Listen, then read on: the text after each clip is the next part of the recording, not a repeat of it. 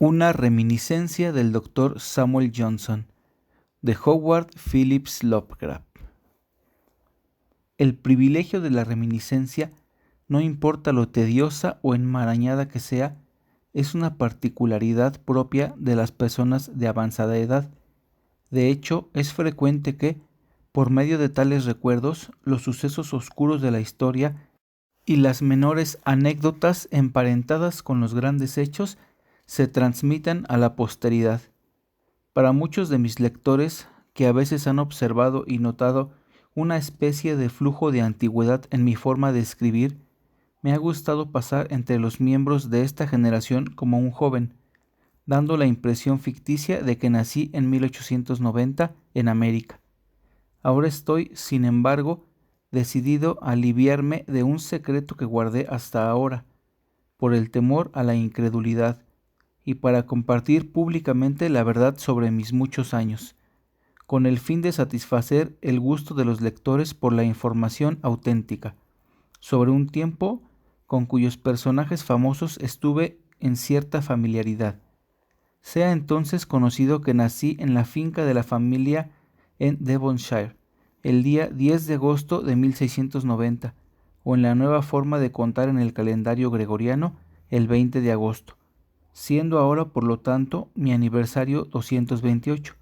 Llegué muy joven a Londres y vi desde chico a muchos de los hombres célebres del reinado del rey William, entre ellos el llorado señor Dryden, quien se sentó mucho en las mesas del Will's Coffee House. Con el señor Addison y el doctor Swift más tarde tuve un trato frecuente, y era aún más amigo del señor Pope, a quien conocí y respeté hasta el día de su muerte. Pero ya que se trata de mi compañero más reciente, el fallecido doctor Johnson, de quien en este momento deseo escribir, voy a pasar por encima lo de mi juventud. Tuve mi primer acercamiento con el doctor en mayo del año 1738, aunque no lo conocí en ese momento. El señor Pope acababa de terminar el epílogo a sus sátiras. La pieza inicia: no 2 veces en 12 meses aparecerá impreso, y había organizado todo para su publicación. El mismo día en que apareció, también se publicó una sátira imitando al Juvenal, intitulada London, por el entonces desconocido Samuel Johnson, y esto impresionó en la ciudad, que muchos caballeros refinados declararon que fue la obra de un poeta mayor que el señor Pope, a pesar de lo que algunos detractores de celos mezquinos han dicho del señor Pope. Este elogió los versos de su nuevo rival, y cuando supo, mediante el señor Richardson, de quien el poeta, me dijo que el señor Johnson podría ser pronto de Terré. No tuve ningún acercamiento con el doctor hasta 1763, cuando el señor James Boswell me presentó ante él en la taberna del Mitre. Boswell era un joven escocés de excelente familia y de gran saber, pero de poca agudeza, cuyos fervores métricos había revisado alguna vez. El doctor Johnson, como yo lo veía, era un hombre corpulento, barrigón, muy mal vestido y de aspecto desaliñado. Lo recuerdo usando una túpida peluca, desgastada y sin empolvar, y demasiado pequeño para su cabeza.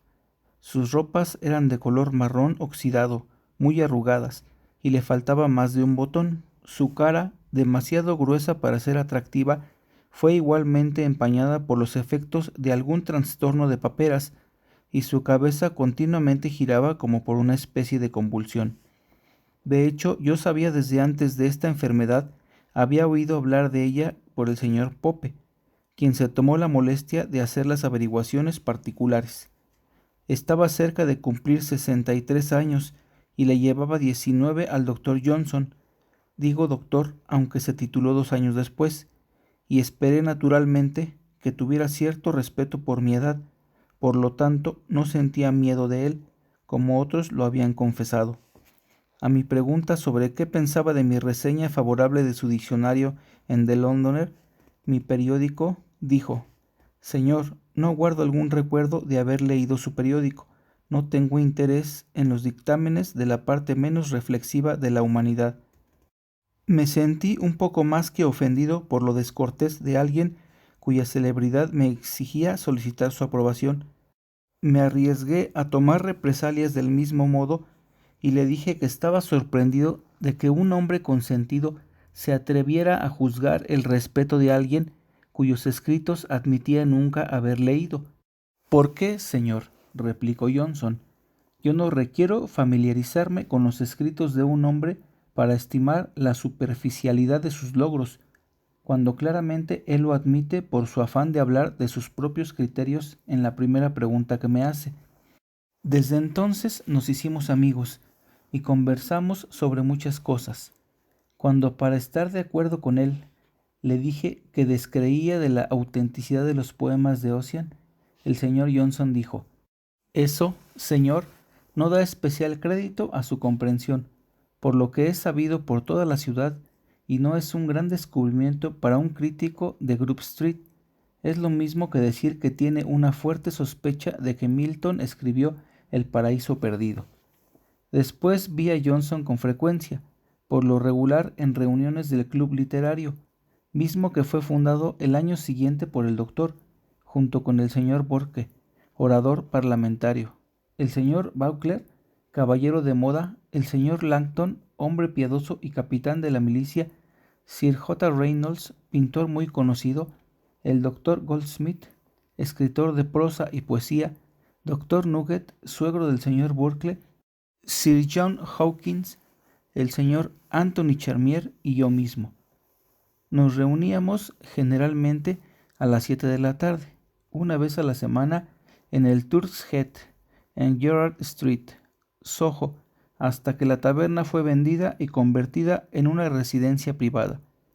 Por lo tanto, mudamos nuestras reuniones en lo sucesivo al Prince en Sackville Street, al Leteliers de Dover Street, al Parslows y al de Thatched House en St. James Street. En estas reuniones preservamos un notable grado de amistad y sosiego, que constata muy a favor de algunas de las dimensiones y querellas que veo en los literados y asociaciones de prensa amateurs de hoy. Esta tranquilidad fue la más notable, pues teníamos entre nosotros caballeros de opiniones muy opuestas. El doctor Johnson y yo, así como otros, éramos muy conservadores, mientras que el señor Burke era un liberal que estaba en contra de la guerra americana, y muchos de sus discursos sobre el tema se habían publicado. El menos grato de los miembros era uno de los fundadores, Sir John Hawkins, quien ha escrito muchas tergiversaciones sobre nuestra sociedad. Sir John, colega excéntrico, una vez declinó pagar su parte correspondiente para la cena, ya que no tenía la costumbre de cenar en su casa.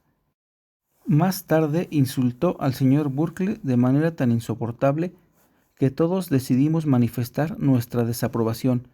Después de tal hecho, jamás regresó a nuestras reuniones.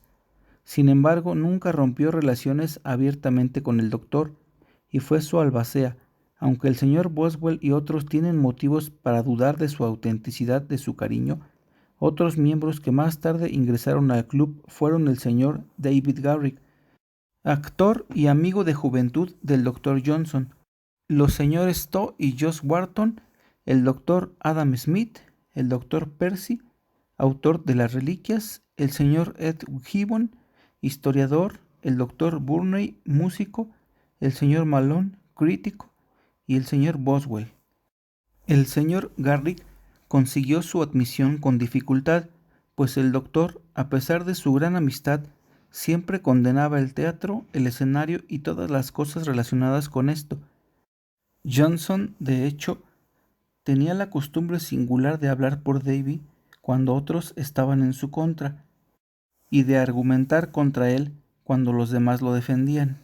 No tengo ninguna duda de que él amaba sinceramente al señor Garrick, porque él nunca se refirió a él como lo hacía con Foote, que era más bien torpe, a pesar de su genio cómico. El señor Gibbon tampoco era del agrado del grupo, pues tenía una manera burlona y odiosa que ofendió incluso a aquellos que admirábamos sus artículos históricos. Mi favorito en particular era el señor Goldsmith, un hombre de baja estatura y muy vanidoso en su modo de vestir, y poco brillante en la conversación, pues yo era un poco como él, incapaz de brillar en el discurso. Él estaba muy celoso del doctor Johnson, aunque le agradaba y lo respetaba. Recuerdo que una vez un extranjero, alemán creo, nos acompañó a una de nuestras reuniones, y si bien Goldsmith hablaba, observó que el doctor iba a decir algo. Inconscientemente miró a Goldsmith como un farsante cuando lo comparó con el gran hombre. El extranjero sin rodeos lo interrumpió y se ganó su hostilidad cuando gritó: «¡Calla! El doctor Johnson va a hablar». En esta brillante compañía era tolerado más debido a mis años que por mi ingenio o mis conocimientos, ya que no me igualaba al resto. Mi amistad con el famoso Monsieur Voltaire alguna vez fue causa de molestia para el doctor, porque era profundamente ortodoxo, y porque solía decir del filósofo francés: «El hombre tiene un gran ingenio, pero sabe poco de literatura». El señor Boswell, un compañero un tanto burlón al que había conocido algún tiempo atrás, solía entretenerse con mis modales torpes y de peluca y mis ropas pasadas de moda. Una vez llegó un poco pasado de copas, vino, al que era adicto, se esforzó en criticarme a través de unos versos improvisados que escribió sobre la superficie de la mesa, pero al carecer del auxilio que por lo general tiene para sus composiciones, realizó una ejecución agramatical.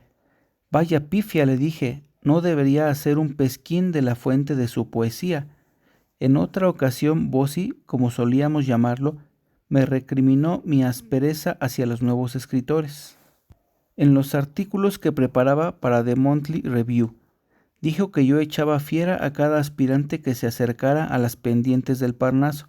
«Señor», le repliqué, «usted se equivoca. Quienes pierden la confianza lo hacen desde su propia falta de fuerza, pero deseando ocultar su debilidad, atribuyen la ausencia de éxito a la primera crítica que los menciona.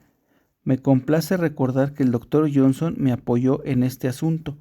El doctor Johnson no tenía rival alguno cuando se trataba de corregir los malos versos de los demás, y de hecho se dice que en el libro de la pobre ciega señora Williams existen acaso 2 líneas que no son el doctor.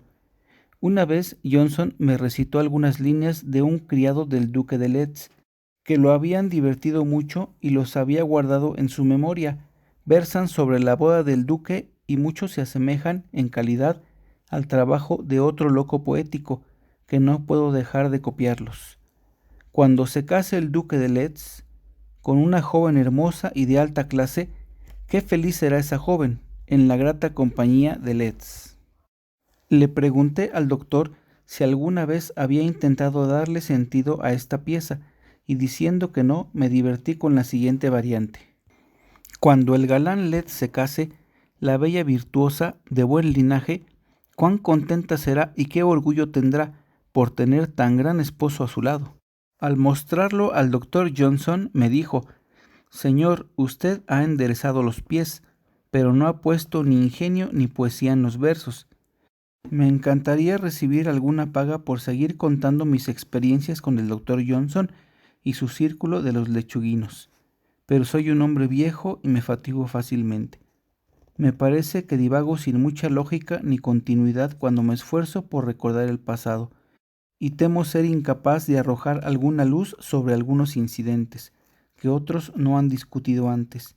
Si mis recuerdos presentes gozaran de algún favor, podría ser que escriba algunas anécdotas de los viejos tiempos, de los que soy el único sobreviviente. Recuerdo muchas cosas de Sam Johnson y su club, porque conservé mi membresía, incluso después de que falleciera el doctor, a quien lloré sinceramente. Recuerdo cómo John Burgoyne, el general, cuyos escritos dramáticos y poéticos se publicaron de manera póstuma, fue vetado por 3 votos, probablemente debido a su desafortunada derrota en la guerra americana en Saratoga. Pobre John, su hijo tuvo mejor suerte, creo, y se hizo un baronet. Pero estoy muy cansado, soy viejo, muy viejo, y ya es hora de mi siesta de la tarde. Fin. Muchas gracias por escuchar el audiolibro. Denle like, compartan y suscríbanse. Si quieren escuchar alguno en particular, déjenlo en los comentarios. Muchas gracias y hasta la próxima.